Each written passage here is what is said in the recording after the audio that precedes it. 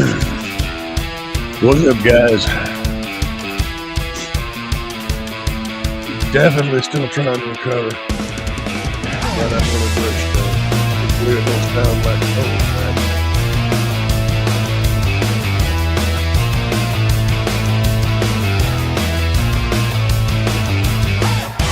Probably a mistake doing this, but anyway, yeah, I do.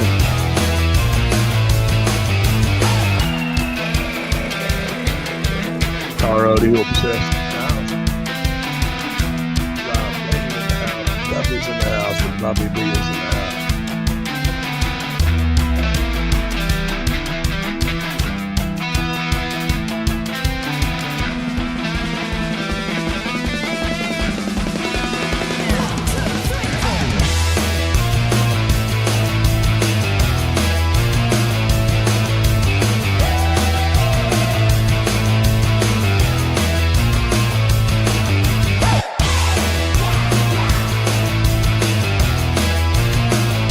Digging low.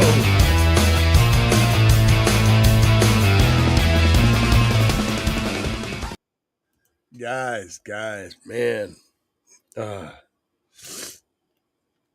going to apologize right now before we even get started on the absolute garbage condition of my vocal cords and my orifices.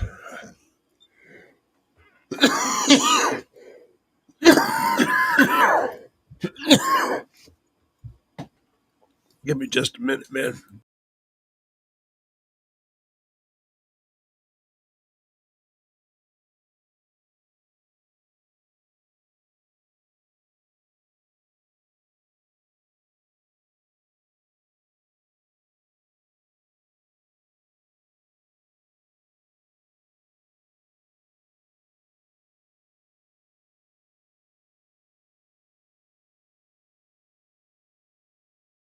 Man, I am going to be an absolute train wreck.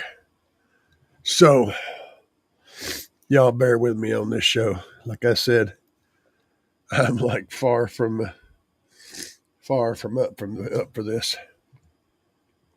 but we are here. I do all right as long as I'm not trying to talk too much.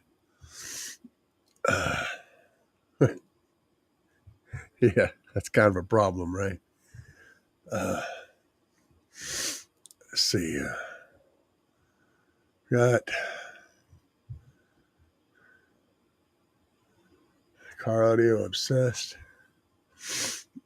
I'm going to do my best to make a show out of this.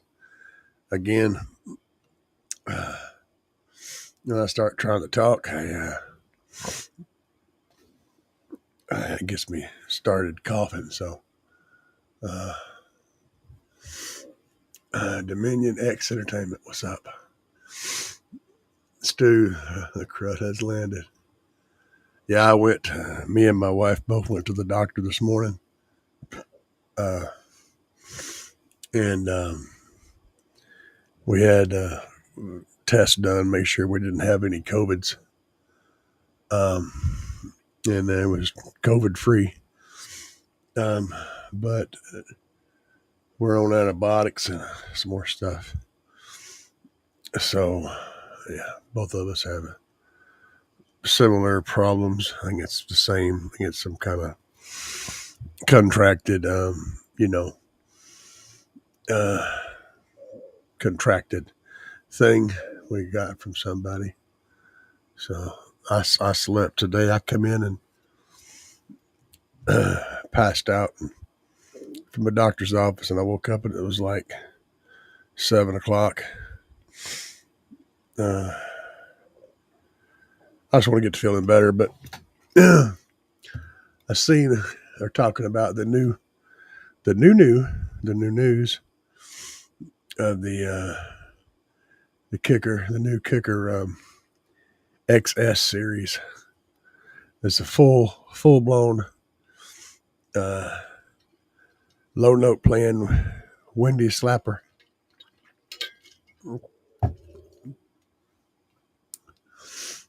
Mucinex. Okay, let's see. Questions. How's my sunroof been? Jason said.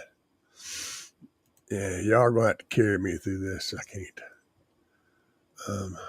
Hang on. Let me dig in here. Okay. First question. Stu said, hope you get well soon. Me too, Stu. How's my sunroof been since I sealed it up?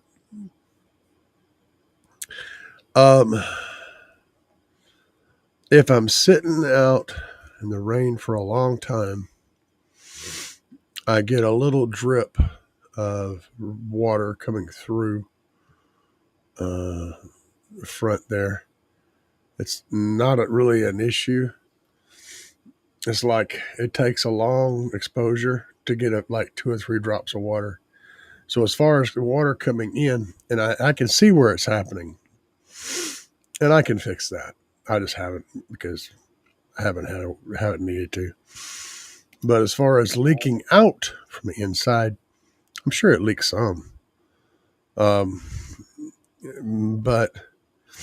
I'm containing so much of it that it just doesn't matter.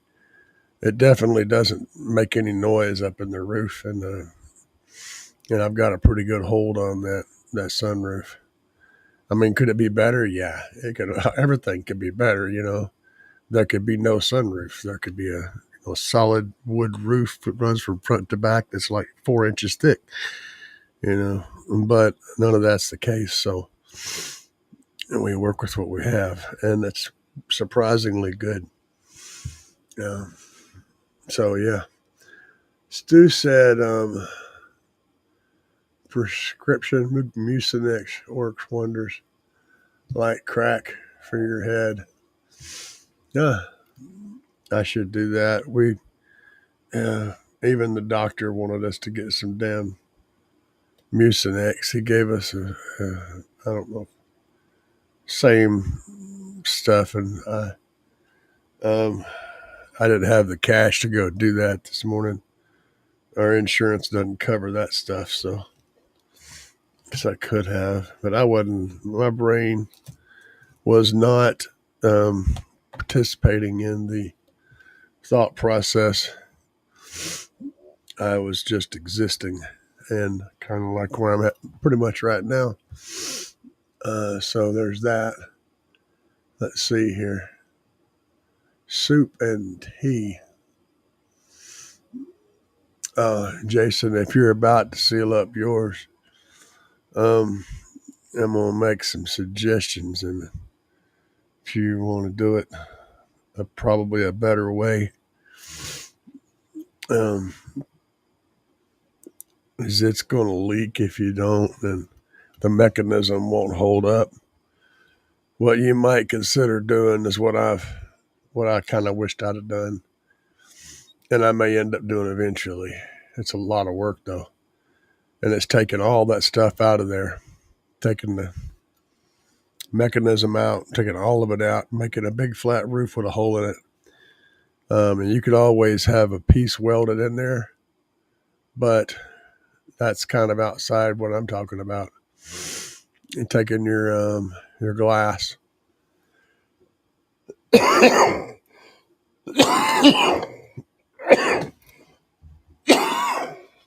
taking your glass without the mechanism on it, putting it back into place, and maybe use some like packing tape to hold it in place until you get the rest of this done, or some hot glue or something. Just hold the glass in place where it belongs, and then come underneath there against the metal with plywood that's cut bigger than the glass, right, all the way around, like a shield kind of thing, and glue it around the glass to the metal of the roof. like, PL5. I mean, PL8. I would use PL8 on this. Loctite PL8 Max. A couple of thick. I mean, lay it on, going around the outside of where the glass is going to be, and then push that into place so you get good solid PL8 Max squishing out heavy all the way around, and then get you a pole up under there to jack it into place and hold that in spot. And I think that would hold it in place. You can glue to the glass too. The thing to remember though is you want to get up on top after you get that smashed in place. You might need to get up on top and address that too, push down or something. But you want to create as much of a solid chunk in there as you can to keep that thing from ever moving. And then you can start building out the rest of that. That's kind of the idea I have if I go back and when I go back and do it again. But doing what I did worked. It's just not ideal. Let's see here. Bobby, Dig-MO. Yeah, I had some dumplings earlier. I got a little extra water in there, and I whipped them up, nuked the hell out of them. Good old chicken dumplings, man. But I just got done eating some Salisbury steaks. That's what I woke up diving into. Oh, it's a struggle, man. Let's see here.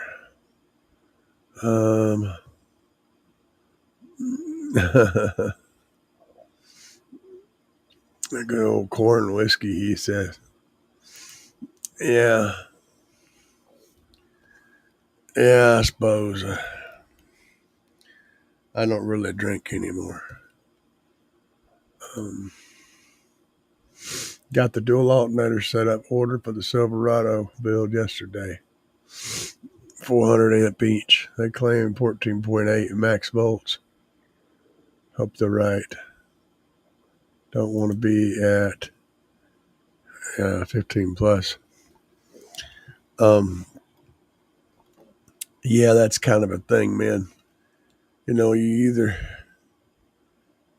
either need to nail down that 14.4 range, or you're going to be nailing down like 15.5 range, depending on which team you're playing for.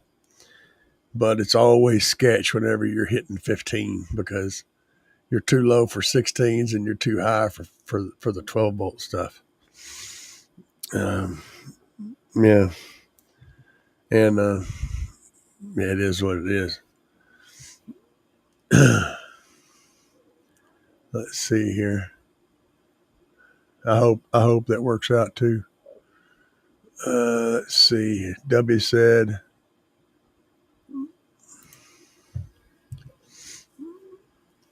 yeah. Well, McMahon's solid. I mean, I've seen all of them, have good and bad results. I had real good luck with my Team GP alternator. But I've also had really good luck with that cheap Latrical alternator, that 300 amp Latrical. Super cheap, and it's still freaking working perfectly. I still pull it into service whenever I want to do, a long run like a Chaos or something like that. I'll reach up there into the hood and I flip on both alternators and I'll have both of them charging. And I'll do a Chaos run. Helps keep that voltage stable for that long 90-second run. Let's see here. Blue Ghost builds an awesome multiple alternator setup. Yeah, I'd heard about that.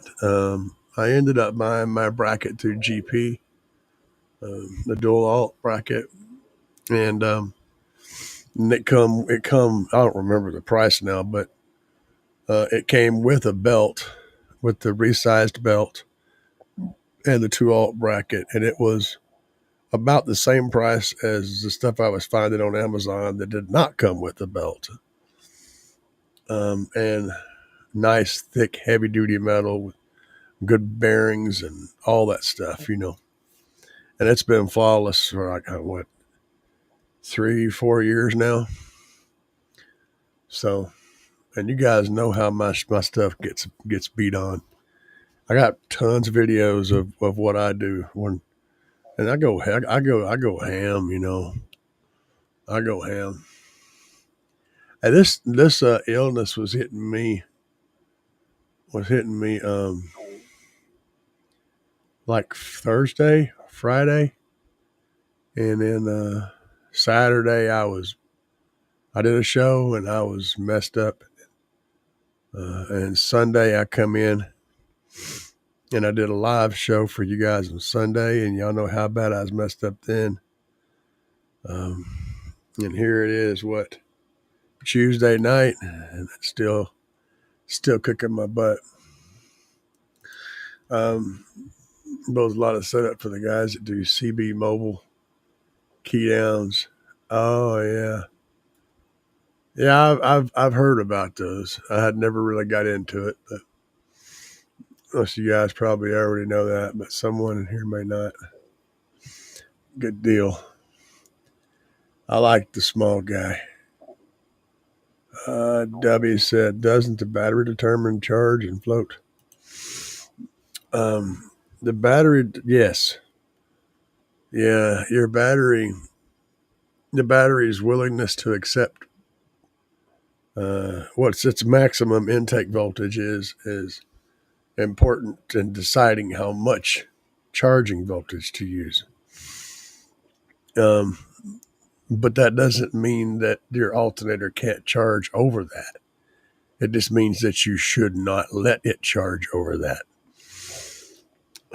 So the battery determines where the float will be, because whatever it sets at, whatever it rests at, the float's going to be a tiny bit higher than that.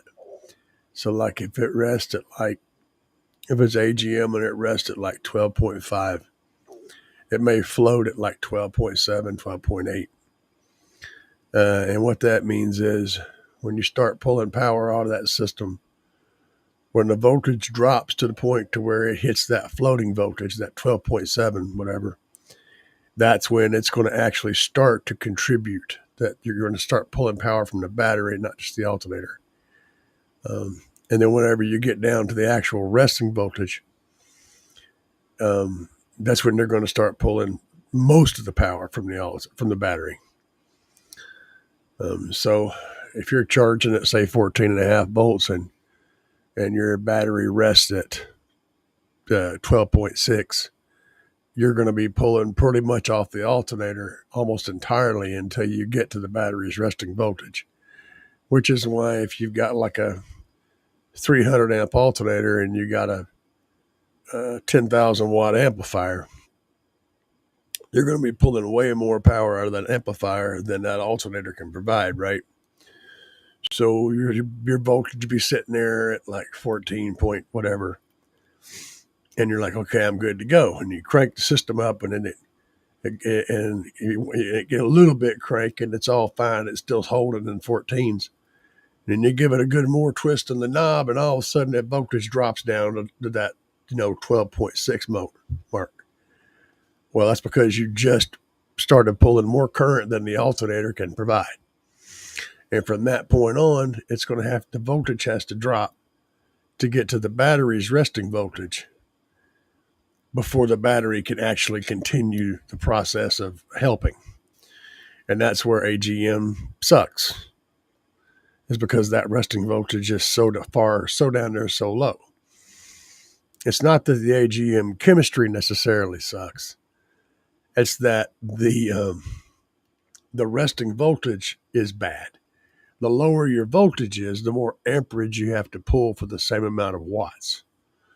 So that's why a lot of guys will run these high voltage systems, these 15, 16, 17, whatever volt systems. It's because every time you go up a volt, you're multiplying by less amps. So it means you can get more out of the system. It's substantial, it's substantial. And every volt counts. And then, of course, when you drop down in volts, you're doing the same thing. If you go from 14 volts to 12 volts, you're now multiplying by 2 less numbers. And so you've got to pull significantly more amperage just to keep up with the wattage it was already taxing the system.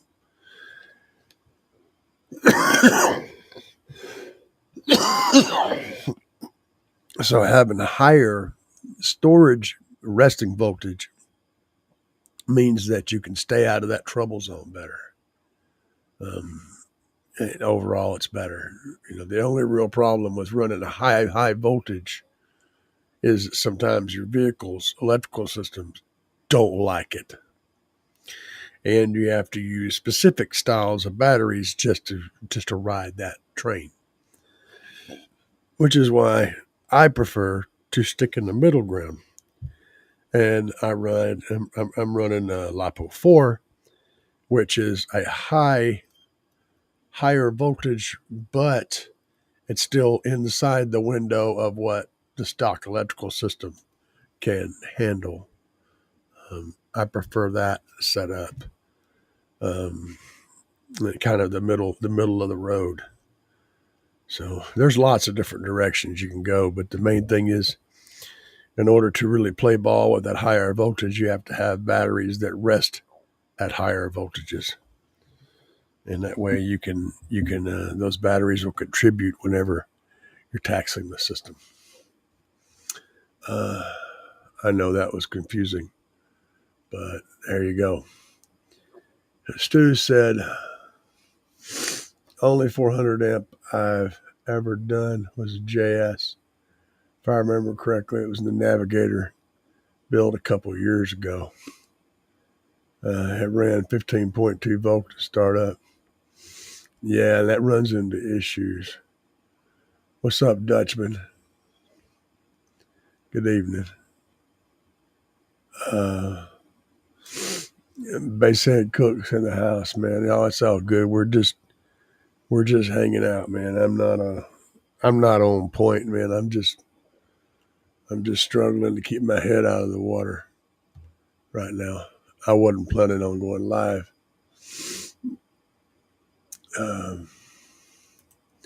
Stu said, I got to get batteries ordered very soon. You know what the turnaround time is looking like on the truck under Lithium 10Ks? Man, I wish I did. I wish the hell I did. Brandon's got shit going on, and I don't know what he's doing. He hadn't messaged me back in a little bit, so I don't know.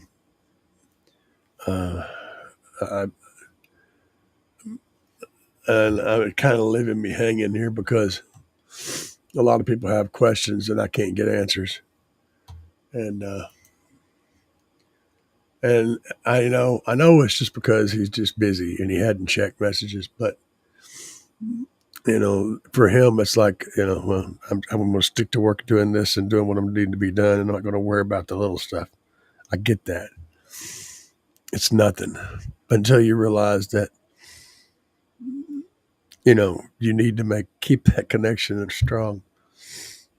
It becomes a problem whenever people can get a hold of you. The little things get more significant. Bobby, what did you do? Hang on a second. I got Bobby going over here. He has sent me some stuff. Y'all, this is pretty. Oh man. Let me yeah, we're gonna do that. I'm gonna back up a little bit here, Bobby.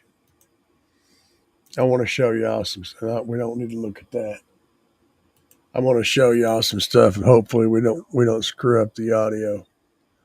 Um, so get ready for this. Try to message him. Yeah, go ahead and message him, man. He's like I said. I think he's just he's got stuff going on with his kids and other shit. So I don't know. I don't know. I ain't got nothing against him, man. He's a good dude. It's just a matter of a disconnect, and there's not any way for me to get around it. No, we do not need to ban Bobby. Bobby's the bouncer. You try to ban, he'll ban you, man. He's my bouncer. Can't ban Bobby. Holy crap. Okay. See that? They're getting torches and pitchforks, Bobby. You're gonna have to hang in there, buddy. Let me see here. Hopefully.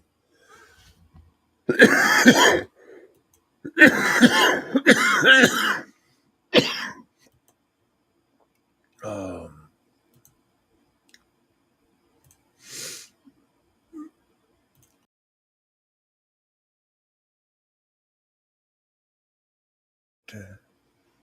all right, all right, all right, all right. Okay, y'all can hear me good. Now, let me get a better picture here for this. Yeah, that works.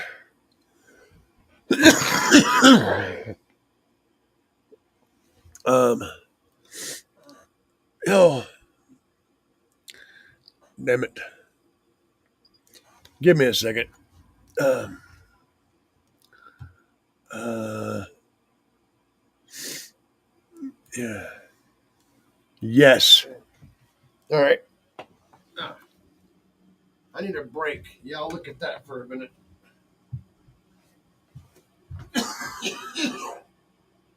Uh,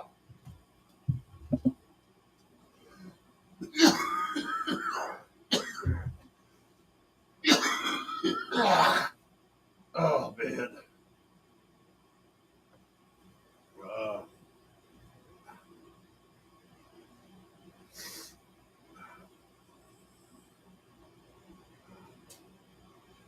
uh, be back here in a moment.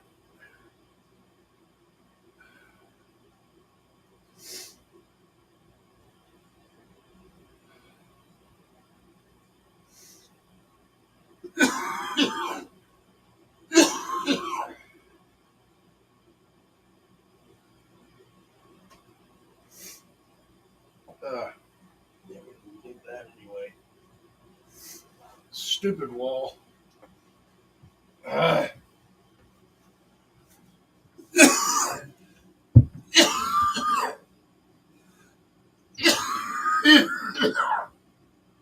oh my God. Uh,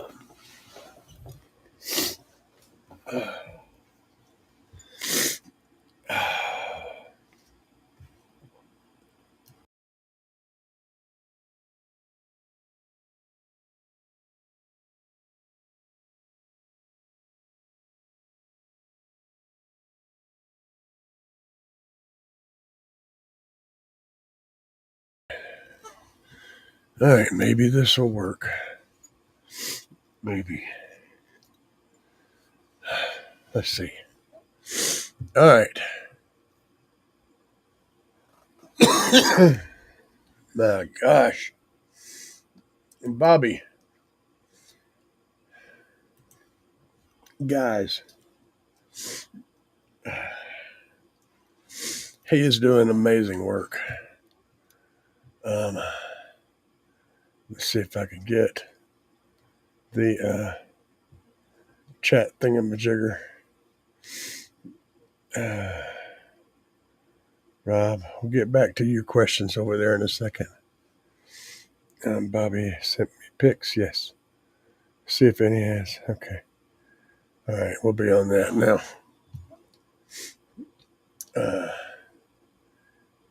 Really good looking wiring.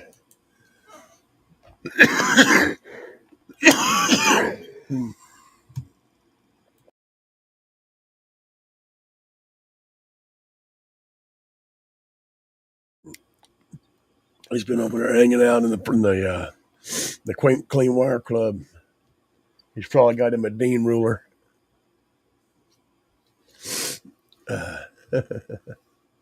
One of those little rulers to get his holes exactly spaced the right amount with zip ties. But I'm going to tell you, the attention to detail looks amazing. So, look at that.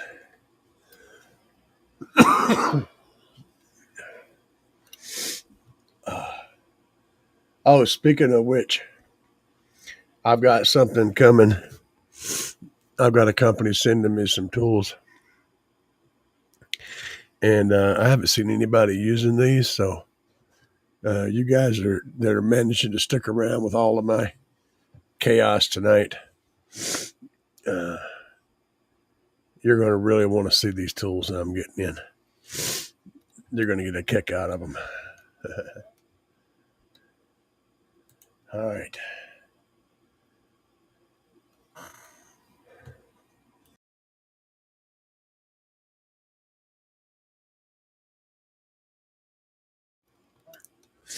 I'm trying not to cough in the mic if I can help it. I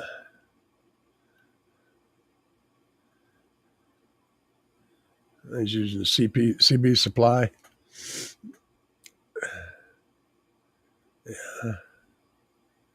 I'm looking at everything because I know Bobby's obsessed about everything he's doing, so I'm obsessing about the stuff that I'm looking at. And let's go backwards.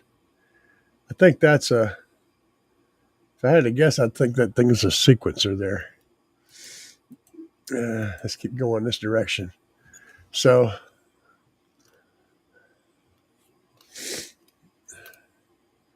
yeah, it looks like, I believe it is a sequencer, if I had to guess. But I got the remote wires running. That's some clean connections. And you start to notice these coming into play. And these things, it's one of those little things that don't amount to much of anything when you look at it and you go, oh, well, that's no biggie. But man, they do, in fact, really make for a nice, clean hold down. And so, hell yeah. And we'll keep going. Look at this, guys. That's the shit I'm always talking about right there. You either need to go straight or make a nice round 90. Never go at an angle. And just having those wires side by side and clean like that, that by itself just absolutely changes the game. I mean, that's the best looking part of that whole setup, and it's just two wires. Well, actually, it's more like multiple wires, but it's just two groups of wire moving, and that one little thing with those two groups of wires moving side by side, all nice and neat, that makes the whole damn layout look freaking awesome. Just this one thing right here, it brings so much to the party. Just wanted to point that out. It grabs your eye real quick, and you're like, "Holy crap, man!" But yeah, it's beautiful, beautiful. So you can see right here the wires that are going down that run, coming from this way and then coming in from this way. The two speaker wires here, and I guess that speaker wire's there. So those two groups are probably, yeah, that's two groups of speaker wires. I don't know how he's got them grouped exactly, but that's obviously going into the car. Beautiful layout. Really, really good. Hell yeah, Bobby. Y'all pay attention. He not only milks goats, but he also makes really cool amp boards. He's a multifaceted individual. Multifaceted. Bobby B. Nothing short about him. Yeah, let's see here.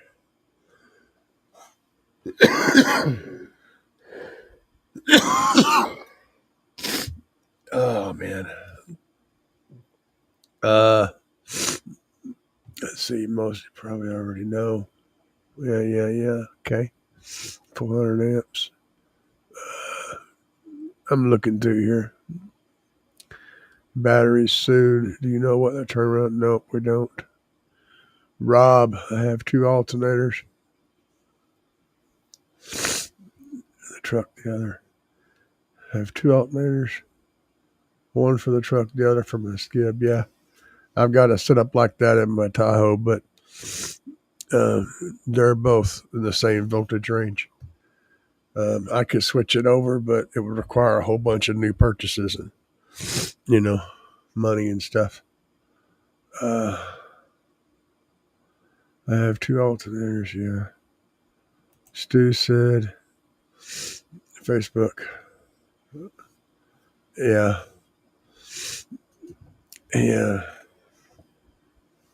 Yes. And we did get some build pics. You guys got to see those, and they're red pill trying to ban Bobby. We know how that works out.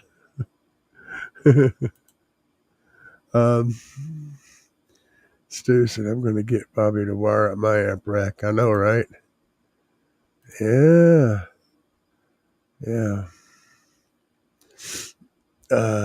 Car audio obsessed. What's up, man?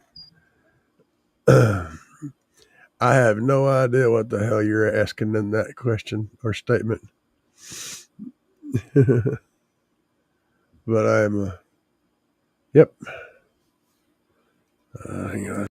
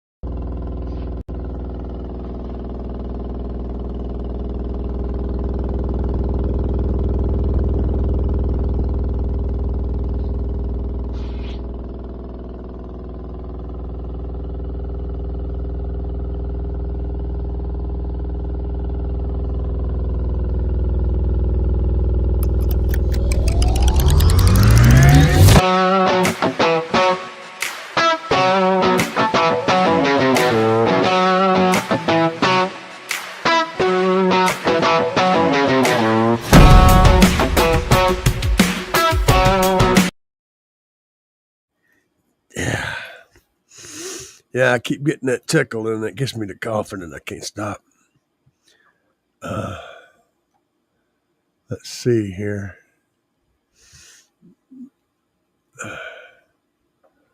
You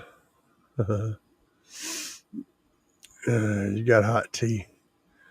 I got cold tea. I haven't even had a Diet Coke this evening. But yeah, let's see here. And no, I can't give him an A-. Bobby's killing it. W says, slam it down. That's a money shot. Yeah, I agree, man. That's a really cool. That one little image, man. It's like, how it's nothing but 2 little groups of wires. But when you think through the process and lay it out in such a way that it makes the whole shot. You know what I'm saying? Taking your time and doing things correctly and thinking through the process. And the simplest little thing like that. And see if he had something slightly out of line with everything else, it would draw your eye and it would ruin the whole entire thing. in order for it to work, it has to be perfect or it will show. If there was spacing wrong, or if it was out of line a little bit, or if a wire was crooked a little bit, any one little thing like that would ruin the whole entire shot. It has to be perfect to work. And so, yeah. Let's see here. Let me skip back through. But if you get it perfect, the simplest thing can be so, so good. I can totally see Bobby painting his rocks.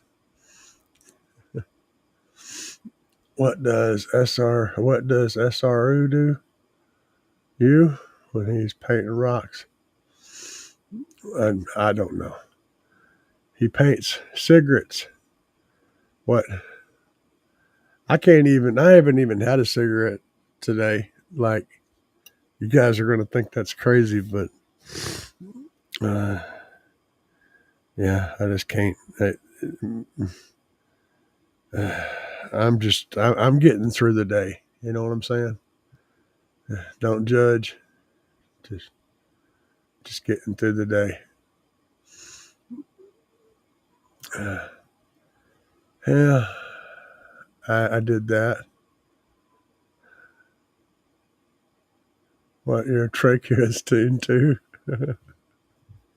Yeah, it's tuned bad, dude. Uh, yeah, 150 dB at 18 hertz. Oh yeah, dude. Good for water retention. Back to car audio. Son, I'm doing my best. I appreciate you guys hanging out. I know this is a kind of a train wreck. I'm here. Um, let's see. It's not as high as Alma Gates Bronco was too, which I kind of like. Stu said legendary. No shit. Any amount of time is longer than last time. Right?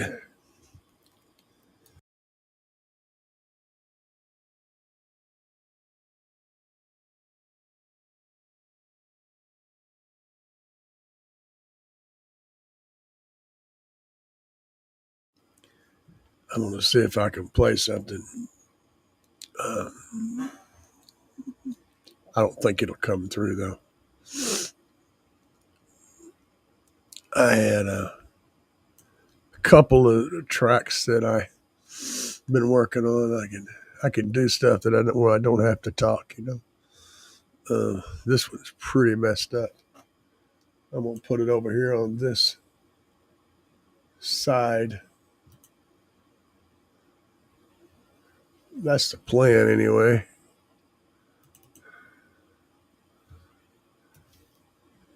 Oh, man. I doubt this is gonna work, but I'm gonna try to play something for you guys. It's not up on the internet yet, and it's a twisted tune. Twisted, extremely twisted. The screen. All right, that did not work. Now let's see. Replace screen share. Entire screen and audio. All right, and then we will do that. And then I'm going to go over here. Why won't that work? Okay, there we go. Now. All right, now I'm going to go over here and let's see here. I think. 1, 2. Yeah, it's going to work, guys. All right. This is a straight up audio file. Let's see here. Yeah. All right. Here we go, guys. Get ready. Check this shit out. 1, 2, Freddy's coming for you. 3, 4, better lock the door. 5, 6, get a crucifix. 7, 8, better stay up late. 9, 10, never sleep again. Nightmare on Elm Street. Nightmare on Elm Street. Face smash, hear the dead. Face slash flowing red. Bone crash in your mind. Blaze flash, time to cry. Nightmare on Elm Street. Nightmare on. Come here, talk to Freddy. Nightmare on Elm Street. Nightmare on. Dropping bass, dropping heat. Nightmare on.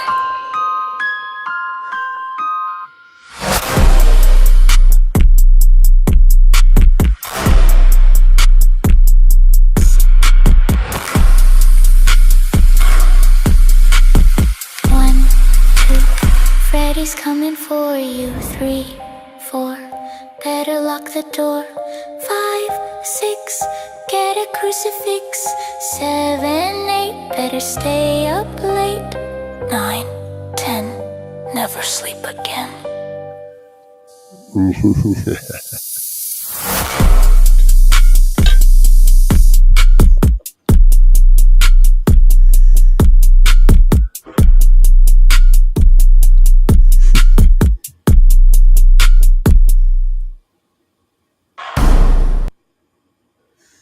Yeah, it's a straight up bass track, guys. But I like to try to make things interesting. So when I create these things, I try to create something that you don't hear every day. You know, it's not like, booty, booty, booty, booty, and all that. It's just, there's more interesting um, music to do, and bass with. I usually try to create stuff that's multiple audience friendly. You don't have to worry about, your grandma or your kid being offended. Some of the subject matter may be a little bit twisted one way or the other, but none of it's going to be offensive to anybody else. And that's what I try to do. And I have one more. That one is called Freddy. And it's got some good deep bass, and I have one more I'm going to play here in a second. On a traditional, instantly pain, Asian herbs. Oh yeah. I'm not really a pain problem.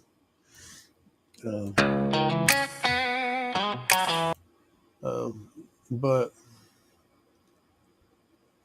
I have more complicated issues. But I got one more track for you guys. So check this one out.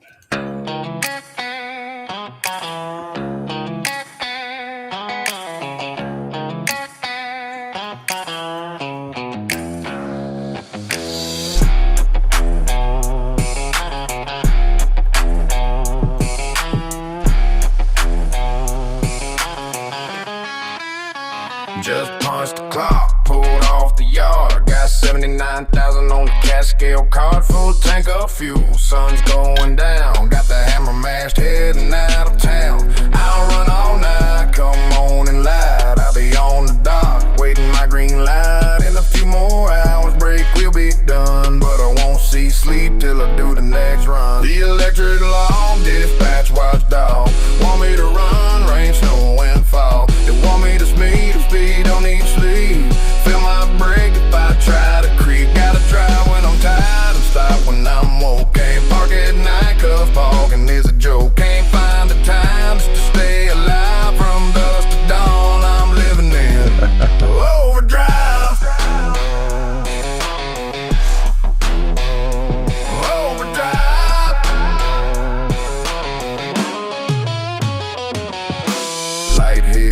gotta head inside, get my shit signed up and go fuel my ride. Got another run, it'll take all night. Got a bottle full of sleep, I'll be alright. Check that oil and wash my glass. Get some roller grill junkie, spend that cash. Fill my drink cup up, clean my trash and dash. Slide it into third, let's haul. The electric log, dispatch watchdog. Want me to run, rain, snow, and fog. They want me to speed, no need sleep. Feel my brake if I try to creep. Gotta drive when I'm tired and stop when I'm woke. Can't park at night cause parking is a joke. Can't find the time just to stay alive. From dusk to dawn I'm living in overdrive.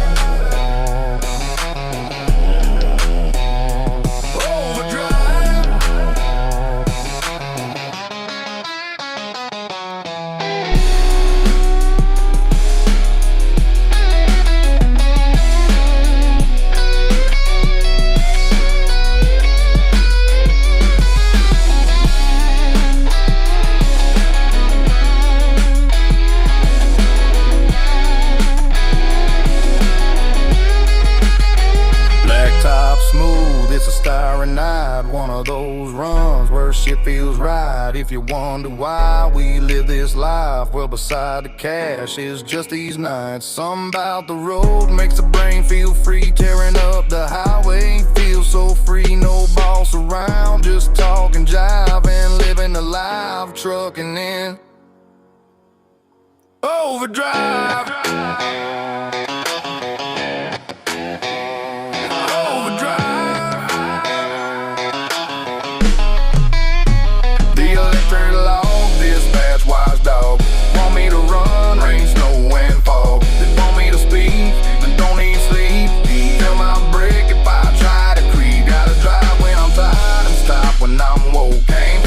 Yeah, there's some lows in here. Can't find the time just to stay alive. From dusk to dawn I'm living in overdrive. Overdrive.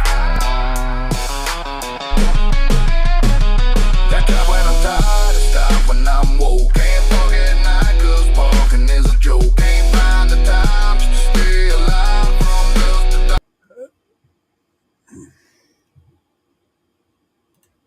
Yeah, most of the track is like 30 hertz. 30, it's like 31, it's 30 hertz with a 27 dip. And in the quick change part, there's a dip at 27, and then it's got some stuff that plays up into the 40s, which is probably what you're hearing on your headphones.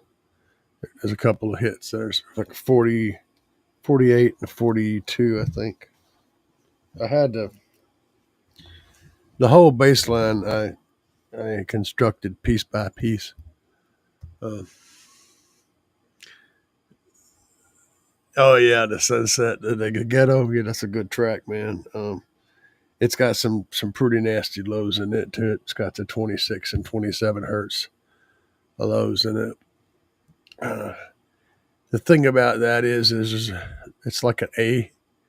It's like an A chord, I think, if I off the top of my head. A chord is like 40. No, I'm probably wrong about that.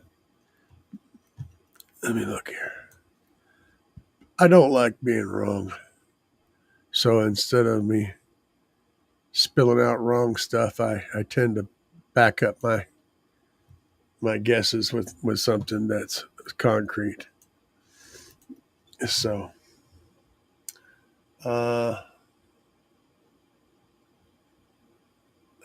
okay, yeah, my bad. So 46 and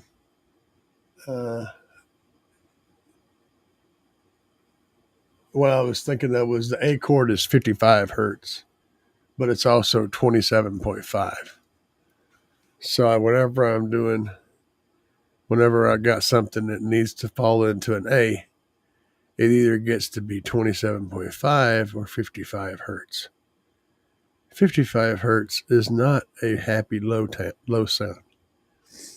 So I usually go to the 27.5.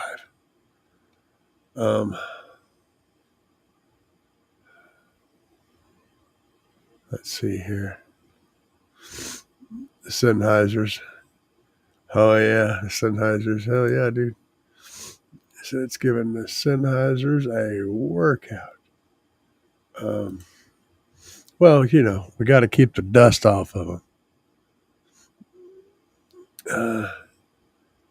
Bobby, yeah, I just spent like 15 minutes or longer on the pictures you sent me, Bobby.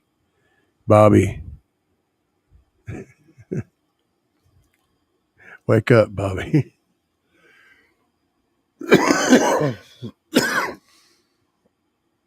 Stop tickling. Oh, here we go again.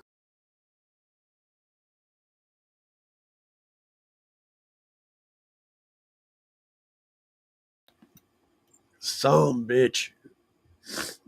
So yeah, if you want to play an A, it's got to be 27.5 or 55. So when I'm figuring out my baseline, I have to try to pick through and find frequencies that are going to work well in the song, but also have to work well within the system. That's fun. It's fun. It really is. But I use this little stupid chart. This thing. This is my main little chart right here. I use this dude. It's not much helpful. Not much helpful. But I can refer to this for frequencies and cross-reference frequencies. So if I'm doing a rebase and I have say I have something that's playing 82 hertz, well, that sucks. But I can come over here and see that I can bring that down to either 20.6, which is a bit on the low side, or 41.2. And it's kind of easy to figure out your frequency ranges, but the trick to that is also learning what note they are, because that's helpful whenever you're using music theory to design a bass line or to figure out a harmonic.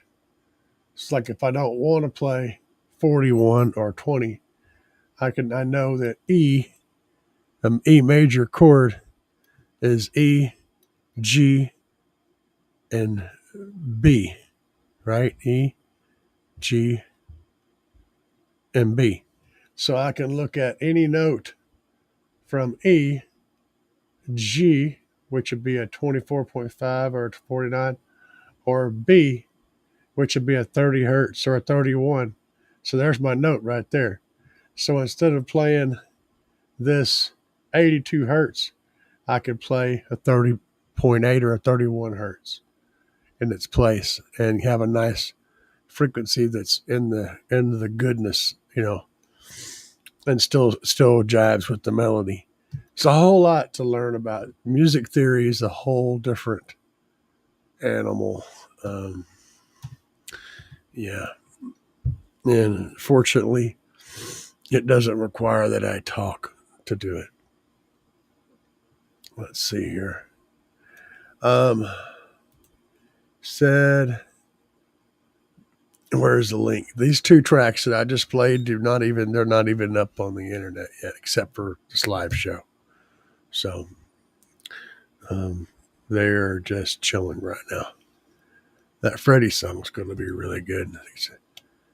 I think it's going to do well for demos. That's what I'm trying to put together some good scary stuff for demos for like Halloween and stuff, because that's the thing, when you're doing the Halloween show at like a place where you don't want to, be blasting Megan Thee Stallion and whatever. You want to get kids running around, but you still want it to be genuinely scary and scary bass music, but also clean. That's complicated. I mean, you can go download the Disney, Haunted Mansion stuff, but it's goofy. It's goofy stuff. I mean, yeah, it's clean, but it's too doopy doopy doo. I mean, nobody. It's not scary. It's not real. Scary stuff. I want genuine stuff. It don't have to have a bunch of vulgarity in it to be genuinely scary. Anyway, that's my mentality. I'm trying to create a whole library of bass oriented music and also SQ oriented music that I can use for demos, demonstrations, videos, all that stuff. I don't have to worry about copyright issues. And if anybody else out there throws one of my tracks in something, that's fine. I'm not going to have a fit about it unless you make it the video like Troy, it's like, oh, I'm just going to just put the whole song on there and I'm just going to make it a video. And, then we need to talk about sharing some revenue. But, if you're just doing whatever, I don't care, man. I'm not tripping. But the point is, there needs to be more music that's available for that kind of stuff. Is everybody, I do play 5 seconds of a freaking song in a video showing off an audio system, and the copyright owners are like, oh my God, I got to have your revenue. God, you can't do that. You got to take that video down. So I'm tired of screwing with that. And that's why I'm doing what I'm doing, because I'm just tired of playing that stupid ass game. No, I'm going to run the damn thing. Screw them. Okay. Now we're getting into my neck of the woods. You liked that trucking song, did you? I wrote that last night. I was working on that last night, and this morning I was trying to get something to work. I finally got something to half-ass work, and I worked on that before I passed out.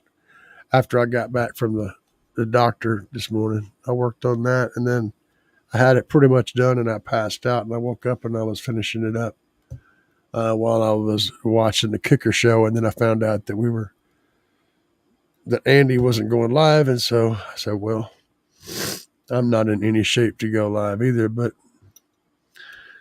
I'm the backup plan, so that's what we're doing. Something cool a lot of folks don't know is Sir Mix-a-Lot, aka Prime Minister, helps from the CB out of Seattle. He runs his own station. Sounds like he's having fun with life. Baby got back. Yeah. You're picking up that like 41 hertz and like 46 hertz, I think it was. The lows in the sunset and the ghetto. Yeah, it's got some good nasty lows in it. And what's this one? That's a different track. I have another one too. I don't think. Yeah, that one isn't complete. It's one of those. It's one of those that I haven't got uploaded yet. Hang tight here. Yeah, that's dumb. Okay. This isn't uploaded.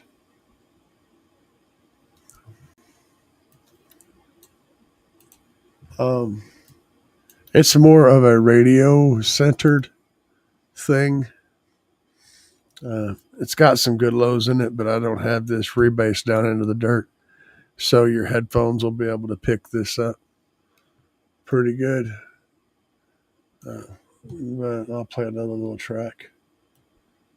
As if I'm playing music, I'm not having to talk. And if I'm not having to talk, it's easier for me right now.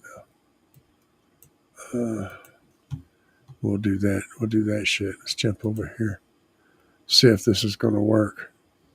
Let me get the, make sure that the sound is turned on because,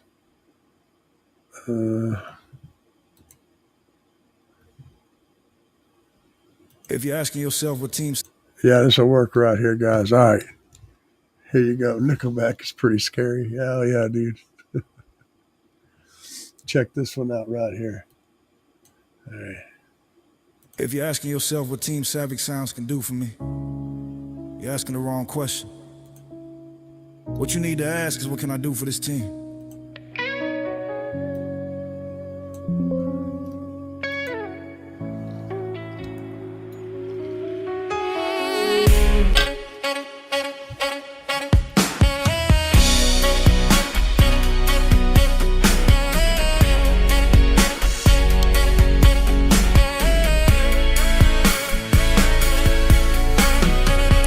Bunch of friends working deep in the night, trying to get a system sounding just right.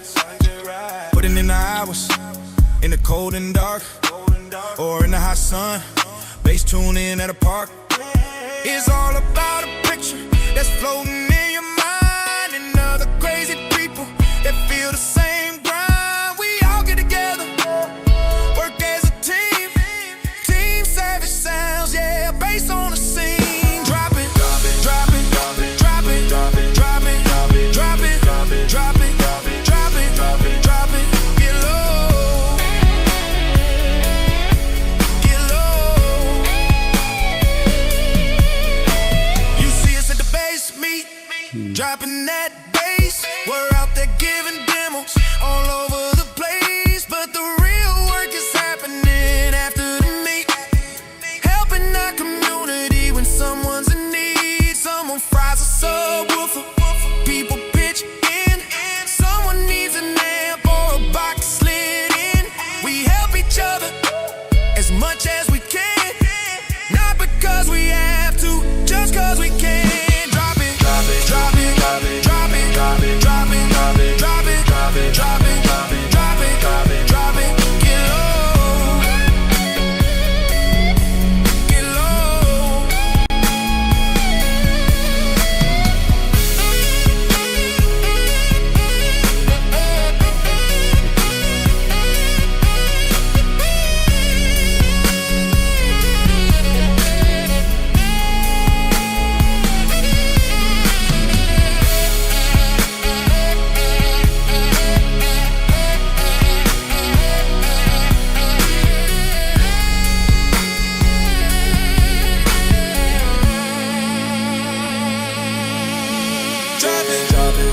Drop it, drop it, drop it, drop it, drop it, drop it, drop it, drop it, drop it, drop it, drop it, drop it, drop it, drop it, drop it. Get low, get low. Drop it, drop it, drop it, drop it, drop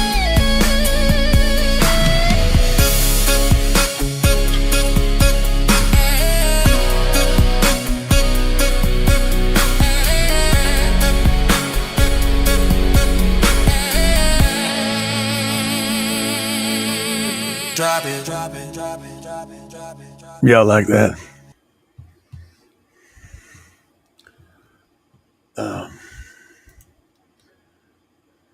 Just an example. This is something I did a little bit back. I haven't put that one up yet either, but it's got a placeholder video for it there. All right, so let's see. David asked about LV60 72 amp hour 3.2 lipo cells.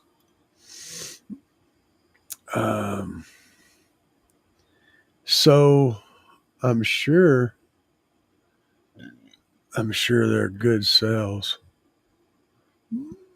The thing you have to keep in mind is there's a few different levels of things that you have to do. You got to have the cells. You also need to have bars that can handle the heat of the power transfer and the amount of amperage that you're pulling through them without stifling anything. You've got to have a good balancer to keep everything equalized, or else you'll be charging up. Like whatever cell is charged the most in an unbalanced system, that's what's going to stop you from continuing.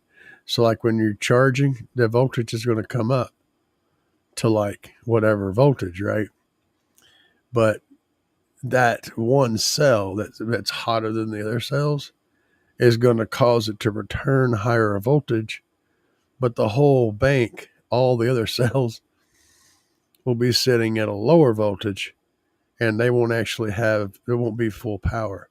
So like you could have one cell that's super hot, that's adding a whole bunch of high voltage to it. And then whenever you pull the bank up and you top that one gets the limit, it causes everything else to be not getting full of power because the voltage is showing high enough that they shouldn't need any more power. So you can literally lose 10% or more of your power reserves by having one cell that's charged hotter than the whole rest of the bank. Yeah, it's huge. There's guys that say, oh, I don't run no balancer. I mean, that's fine, but you're only charging your hottest cell. That's it. And everything else is getting whatever's left. It's getting leftovers, it's getting scraps. That a balancer is absolutely a must. It's not a good thing. It's not this is the right thing to do kind of a thing. If you're running multiple cells, you have to balance them, or else you're not charging them all. You're only charging the most charged cell. Everything else is getting a piece of a charge. It can mean the difference between a battery that performs awesomely and a battery that performs like it's just a wore out piece of junk. The battery that you've had for maybe a year or two that used to be great, and now it's kind of weak, it's probably why. It's out of whack. It needs a balancer. Maybe the balancer's burned out on it. Needs a new balancer. Balancer is imperative. Okay.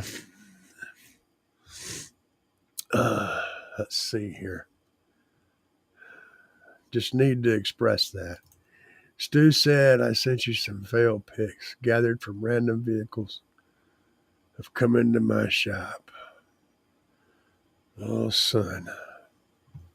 Let's see here.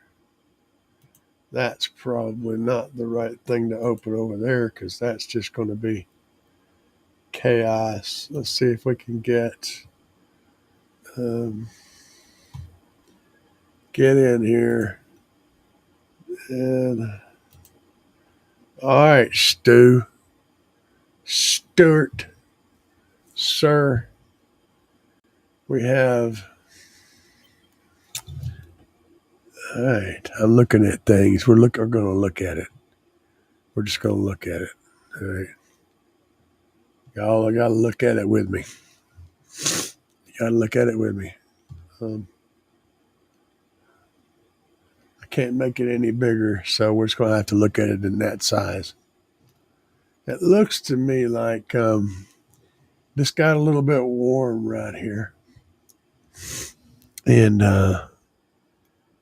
yeah, that got a little bit warm. We probably had a bad crimp in here, or this was laying up. It doesn't look like a bad crimp necessarily, but this may have just been laying up against something that got really hot, which means if something got really hot and melted that rubber, odds are it was made out of metal.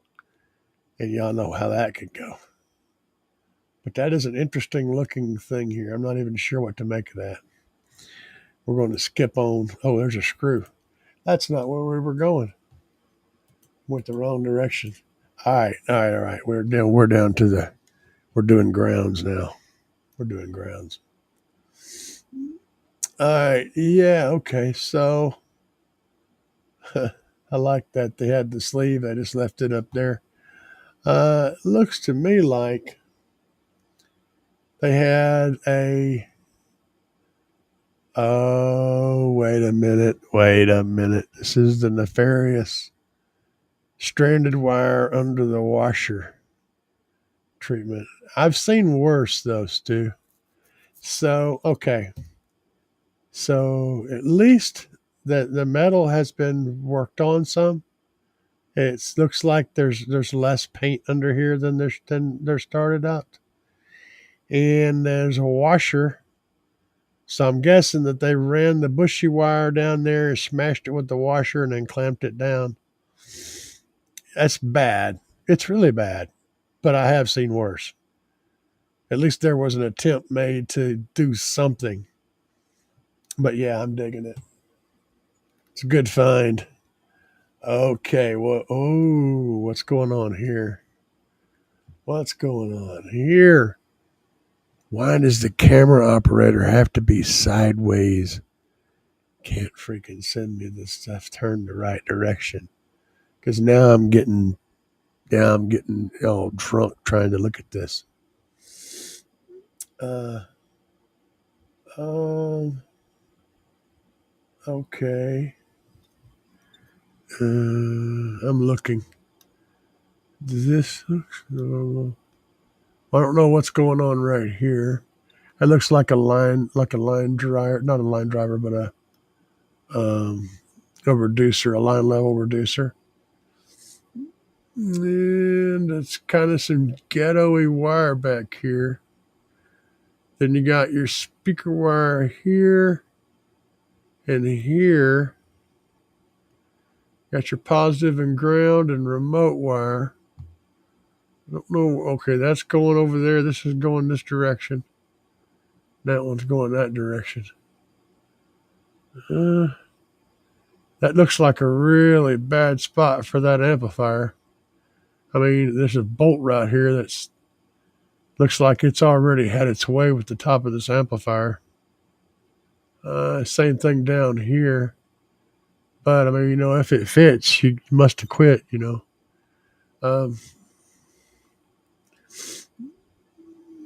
So signal wires. I'm not really sure, other than the wires look like pretty bad. I'm not really sure what the major issues are, though. Maybe I've already pointed them out. Or maybe I'm just missing them because I'm... Oh, wait a minute. I think I might... Is that what happened here? Is that what I missed? Oh, it is what I missed.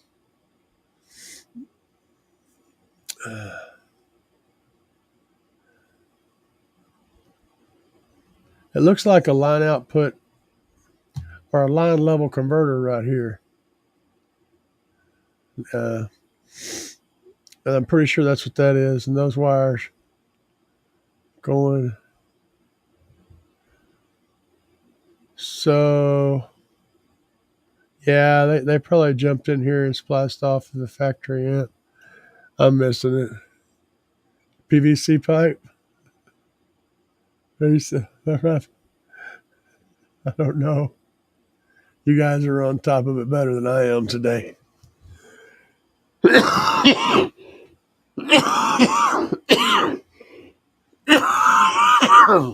Bear with me a moment. Bear with me a moment.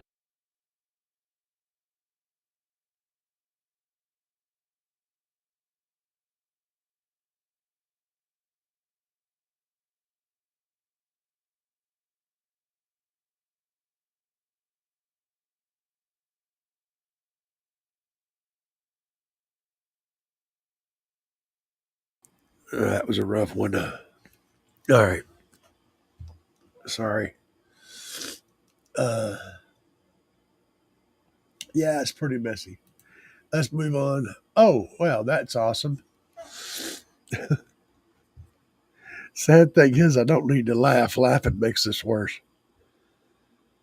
That's a Chevy. I know that whole shape.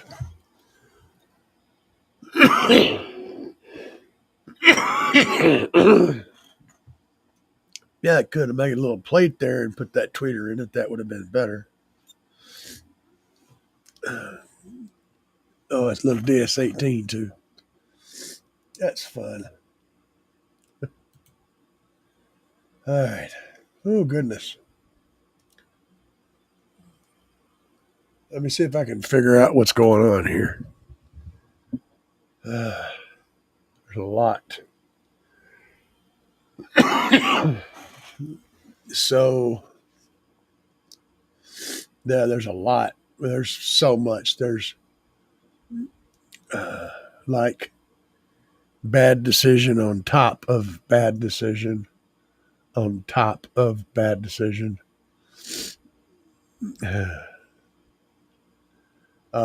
We got exposed wiring everywhere. Really questionable insulation here, connections, more exposed wiring here. This is just a mess. But the question is, what is it? It looks like it might be like a powered sub or a factory subwoofer location. Like under here. There's definitely been some drink spillage right here. It's probably a factory amplifier. That plug right there looks suspiciously like a factory harness. Yeah, it's just a disaster. It's always fun to find those little experiences. Oh, that's like an old Roadmaster, man. It actually says what it is. I can't read it though. The first thing popped into my head was a Roadmaster. Chef Life is in the house. Oh, I was right. That was a Tahoe under the center console. That Bose amp connections. Yeah, I nailed that one. Wow, that was pretty good. Yeah, we don't need no stinking mid-range, Stu said. I'm jealous of that GMT 800 door, right? Hell yeah, dude. Now, this looks like, I swear it looks like a Roadmaster, but now that I'm looking at it, it's probably not. But that's some old school 80s shit. And then, we just bolt that shit in with whatever we got, man. We'll just attach it. Active fuel management. Yeah. It looks like I might have a little problem right there. Good times. Oh, okay. That's a ground right there, buddy. Okay, Stu, now officially, that is officially a very bad ground. Sir, I 100% applaud that one. That's bad. The one with the washer and everything, at least there was physics that they understood the physics of getting it to that. They made an attempt. You have this bolt with this hole, and instead of putting it on there and doing it, they just stuck it under the edge. I'm guessing the hole was too small for the bolt. So instead of breaking out the old step bit or the KY jelly, they're just going to hit it from the other side. Just flip it over and hit it from the other side. If it don't fit, you must quit. Let's see. Oh, goodness. What's this? This is, if you put enough tape around it all, you can correct all the problems. So if it ain't broke, if you can't see it. This is obviously a stereo harness that, someone got a hold of one of those packages of multicolored tape, and the only one left was green. So, yes. And this was a female's car. This actually looks like a Tahoe. It's an SUV. But you see this button cluster down here? That's hot and cold, and then that's like something else. But the females with their long fingernails will scratch off the stuff on the knobs. I'm pretty sure this is a Chevy Tahoe, maybe a Bourbon, because that's the knob, and then there's the other one over here. That's the little cluster in the middle. This is the variant. A slight variant from what mine is. Mine's different, but it's very similar. But yeah, that's what that is. Those buttons right there. Post factory. Right. That's a lot of green tape, man. And but you can actually get these little pads right here. You can get these little sticker kits to go in here and recover these and make them look like new on all those. Oh, we done went old school now.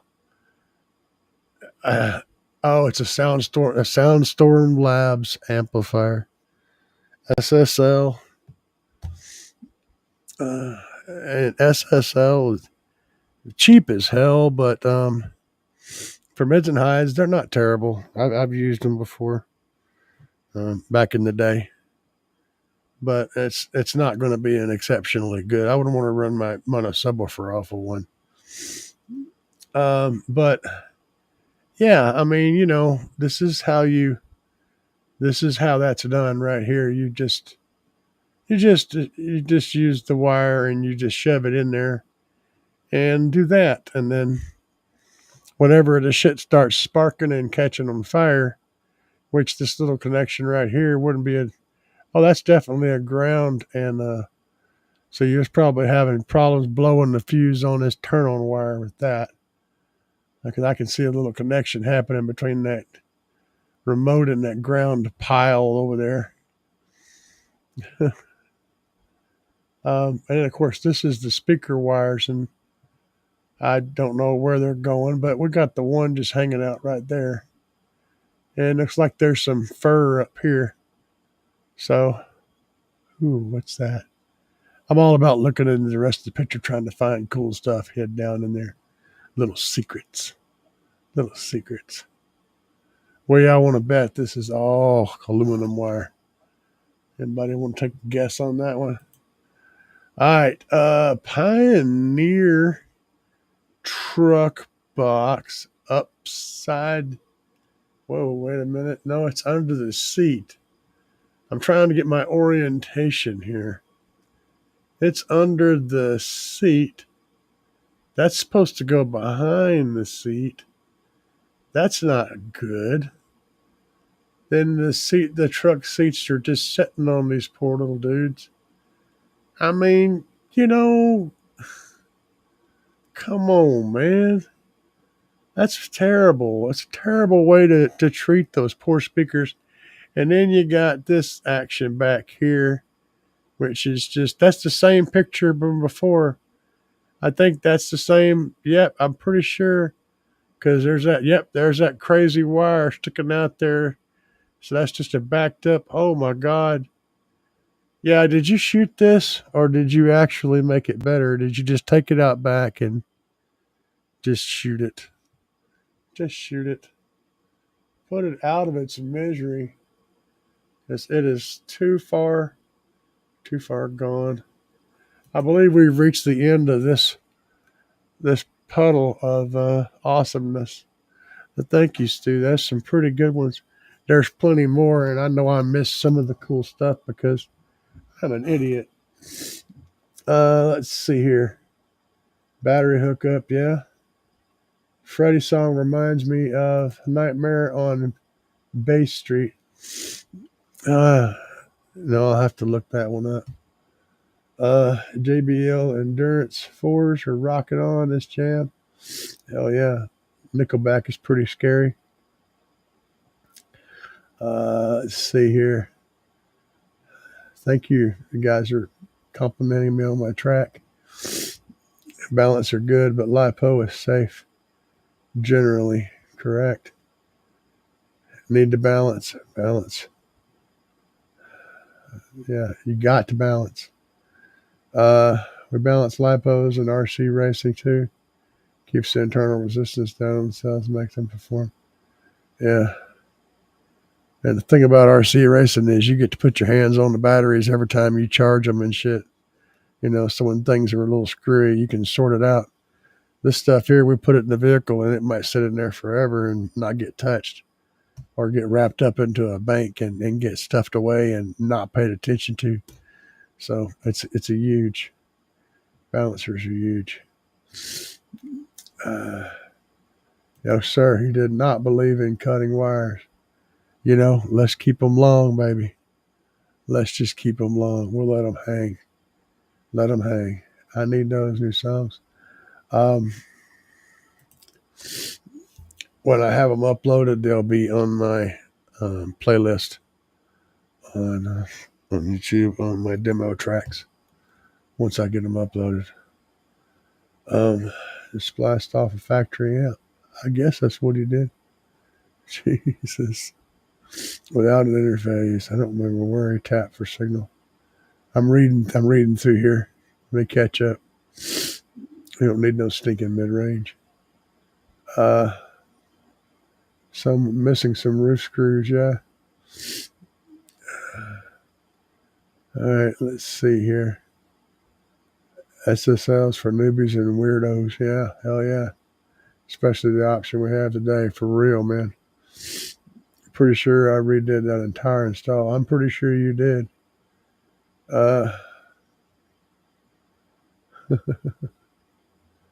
You guys are awesome. Let's see here. Refurb, restock, open box. So much better than Temu. For the most part, yeah. Though you can accidentally get some pretty cool stuff through Temu if you pay attention to what you're getting. It's like sometimes the shit that you can find there is just like, what the hell happened to the world when I can buy something for $20 off of Temu that costs $400 somewhere else. And it's the exact same thing. So, yeah, they're doing crazy stuff. Temu is a weird company. Weird company. They tried to get me in to do. They tried to rein me in. They offered me like I could spend $500 worth of crap and send me $500 of stuff free, and then make videos about it and all this. I mean, but I just felt dirty as hell. Like I went to look at their stuff and try to. It's like I just felt like I was going to get all the diseases, all of them, by just touching the website. You know what I'm saying? I had a real serious complex about it.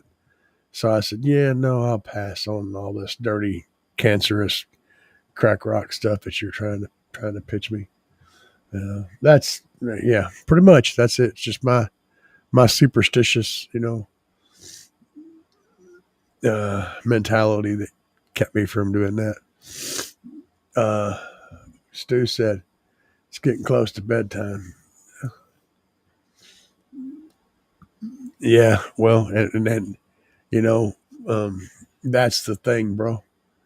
He said, the thing is, the reason they're perfect at doing it is because we have been paying them to build stuff and then send it back to us so we can sell it with a higher profit margin. And so, since they're already building this shit, all they have to do is just build another one and say, look, it's ours. It's called a bloopy bloopy bloop bloop, and it's the same exact product. And everybody's like, you know what? That bloopy bloopy bloop bloop is the same exact thing as this, and it's, a sixth of the price. Gibson, we're talking to you, baby. You're all screaming about clones. Yeah. You know what? You know what the difference between a Gibson and a Gibson clone is? One of them, Gibson gets paid for. The other one, Gibson doesn't get paid for. Truth.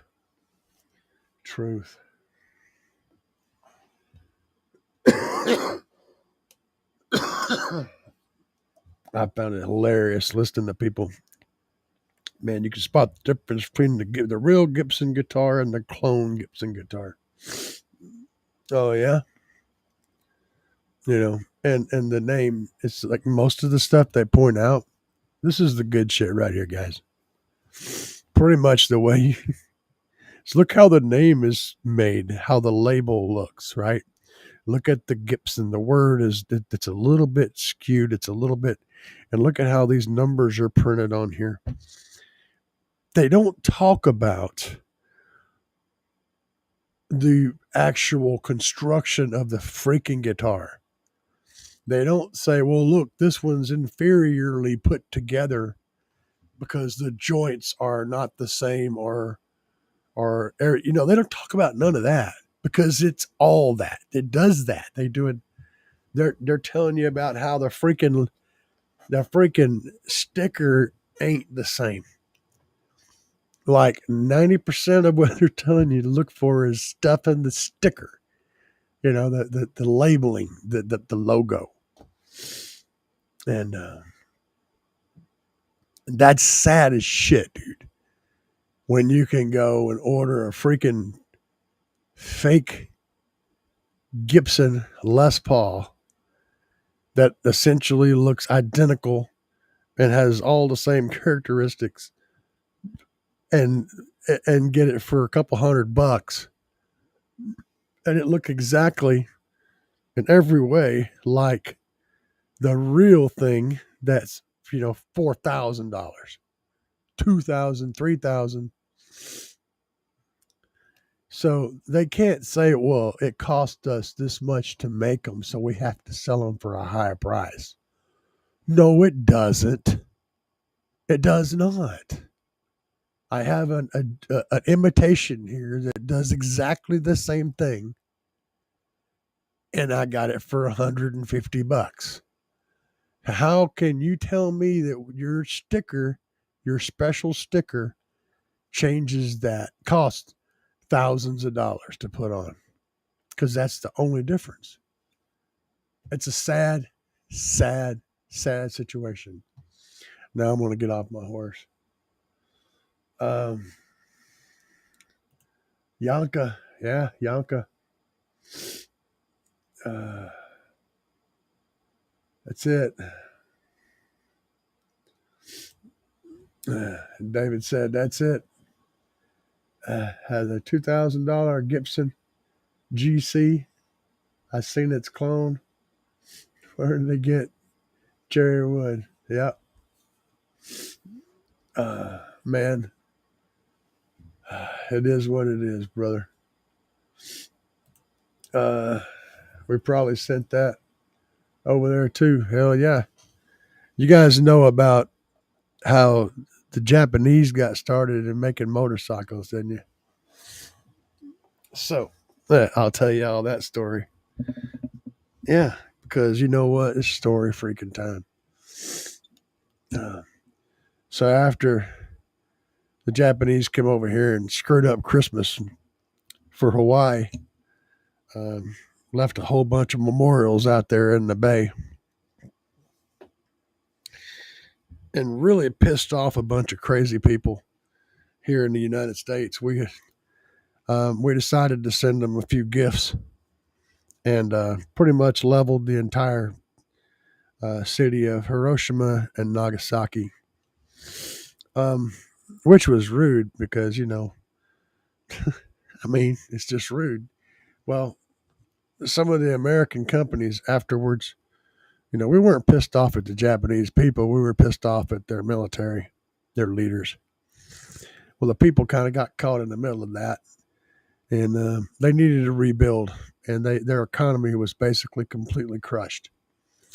So a whole lot of American industries started sending materials, plans, and other things over to Japan to help get their industry rebuilt, because we wrecked their shit.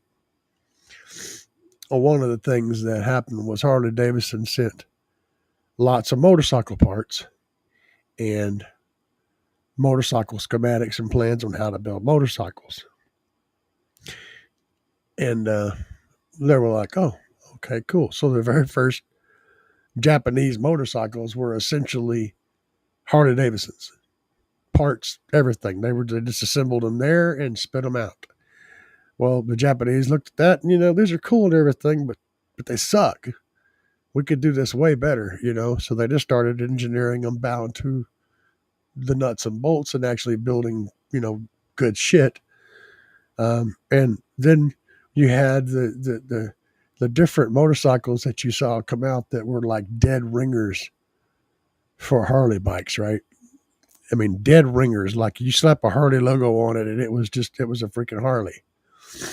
Well, Harley couldn't do shit about that because again, they gave them permission to build them, and the fact that Harley has never really changed the way their shit looks in 50 freaking years.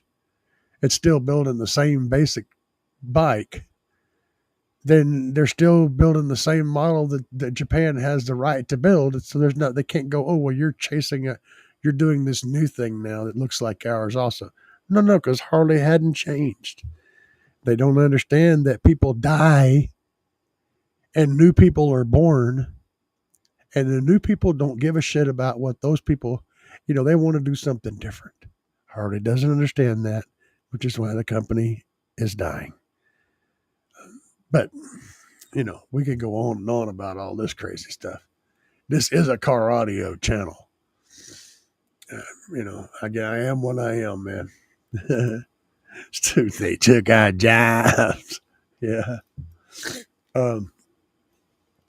But yeah, the stories are crazy. The more you know, right? It's like, oh, that's awkward. Yeah. But the funny thing is now is back in the 70s, we were the Americans were all like, oh, buy American, don't buy them Japanese cars, don't buy them Japanese, you want to get American cars. And now we're all like, Japanese brand is like, that's the good stuff, and now we're all dumping on China, right? Don't buy that Chinese junk, man. No. Japanese and Korean, that's okay. The Korean stuff is really good, but you don't want to buy the Chinese stuff. What the hell, man? In 20 years, it's going to be like, oh, man, be sure and get the Chinese ones because that's the ones that are the best, Don't buy the Canadian ones or whatever. Those are junk. It's like, come on, dude. Hey, y'all know where all the boats, the big ass boats in the ocean, the ones that are the cruise ships and the big old cargo ships and all those big ass boats. You know where they make all them at? China. Yeah, China. My Donald Trump. China. Yeah, they make them all in China, man. Pretty much everything is made in China. Like everything. Like freaking everything, dude. This was made in China. This freaking ashtray was made in China. This mouse was made in China. This temp gun right here was made in China. Like everything on my desk is made in China. This pen drive, this freaking comb, this hat, this shirt, everything is made in China, dude. This microphone, there with my light, which is also made in China. It's like the thing is, man, not only is everything made in China, but we don't have anything to compare it to say it's bad or good, because anything that you would compare it to was also made in China. Like, dude, if you took all the stuff out of your life that was made in China, you would be sitting in the grass in your yard with no house, naked, with maybe a pencil in your hand, maybe. And maybe your kids, maybe. They may have been made there too. Who knows? I don't know what you do in your off time. But everything's made in China, dude. Your vehicles, if it wasn't made there, all the parts it's made out of were made there. We can't just kick China to the curb. We literally can't. And Trump knows that. Don is 100% aware that China is a critical part of our economy. Like, it is our economy. And this is the big scary shit. Okay, this is the scary stuff. China makes almost all of our medication. China makes all of our infrastructure, all of our electronics. China makes everything. And Trump sees that. He's like, we can't live in this situation. China has us by the balls. And guess who's China's lover is? Russia. Okay. So on the side, okay, on the side, Russia is in control of our entire economy. Right? How fast do you think that shit could go from normalcy to fucked up? To completely fucked up. It's a serious problem. It's not a problem right at this moment, but it can go from being no problem to chaos instantly, and we would be crippled, completely crippled. All right, Donald sees that. He sees it. The Democrats have been like, let's just keep it normal, not let it go nuclear, right? And Don is like, no, let's take away that option. Let's get this shit back together where we can handle it ourselves and we ain't got to worry so much about it going nuclear. That's really what the difference is. He's playing a dangerous game, but it's one that needs to be played. It's bad, guys. It's like it's not bad. It's just a trigger. The trigger is right there. One little, and the next minute, we don't have shit coming in. We are shut down. We're completely shut down. Anyway, mostly. Stu said, not the car audio community. They're mostly Chinese these days. Absolutely, everything's made in China, dude. I mean, how are you gonna like say, well, I want to make it in America? Okay, fine. Then you're not going to be able to sell it. Like this comb. Okay, so I want to get this made in America. It would probably cost, after I got everything set up, after I spent all that money, it would probably cost $1 a piece to make the damn comb, which means I'd have to sell it for $2 a piece, where the guy next door is selling the same exact freaking comb. He's getting them for 3 cents a piece from China, shipped here at 5 cents a piece, and he's selling them for 20 cents a piece. And he's making 3 times what he's buying them for. And I can't sell a comb because how can I compete with that? There's no way to compete with that. Not even close. Not to mention the scale that they can manufacture at. I could order 1 million of these from China, and I could have them all shipped here and be here within a few weeks. If I tried to set up a company to make 1 million, it would cost me $1 million just to get the damn business set up. And it would take months for that shit to happen. And it would still be at a higher cost than what I can buy. And it's the same thing. There's no difference. How can you justify doing that? It's just a broken ass system. Something's got to give, man. I don't know. Japan is our ally. Japan is our ally because of, after we went to blows, we went to the bathroom, and we sorted the problems out. We came up with the idea that we work well together, right? And so now they're out. Now they're our partner. Okay, that's our partner now because we took it out back and we settled it. It could have went different though. The China communist, David said, yeah. What do you think the Democrat Party is? Socialism. What do you think the difference between socialism and communism is? It's perspective.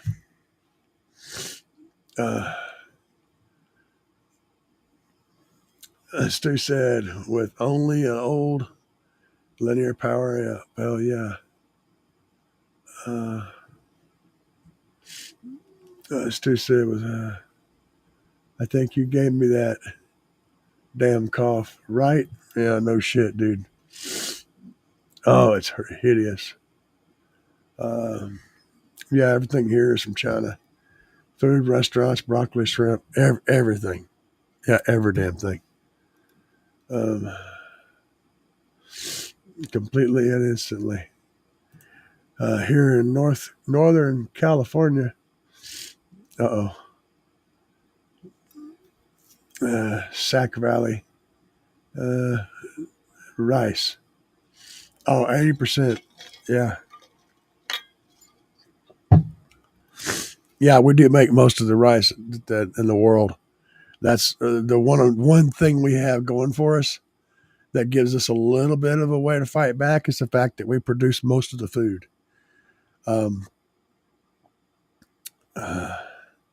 Ukraine is another big producer of food. And right now, they're having the issues. But that's our only real backup is the fact that we can produce lots of food. So most everybody's getting fed from here. How are you feeling? I am feeling not terrible. I just can't, lungs. I can't lung very well.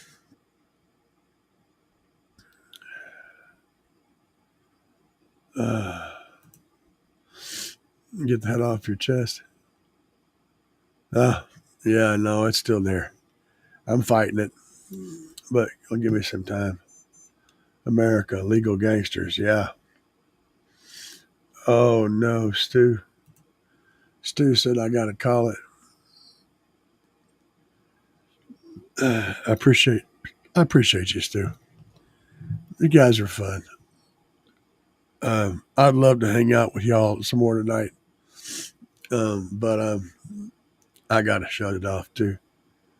I wasn't planning on doing a show tonight. Andy was down, so I jumped in like always. Whenever I know about it, tonight I just happened to be sick too, but screw it. Get her done. Anyway, guys, we're gonna get the duck out of here. Y'all have a good one.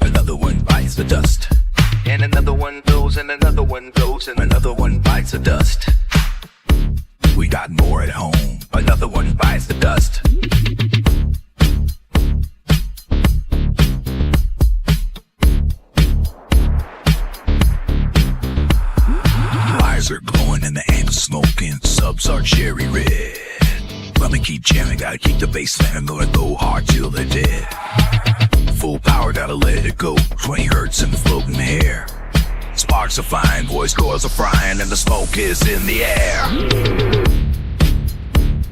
Another one bites the dust. Another one bites the dust. And another one goes, and another one goes, and another one bites the dust.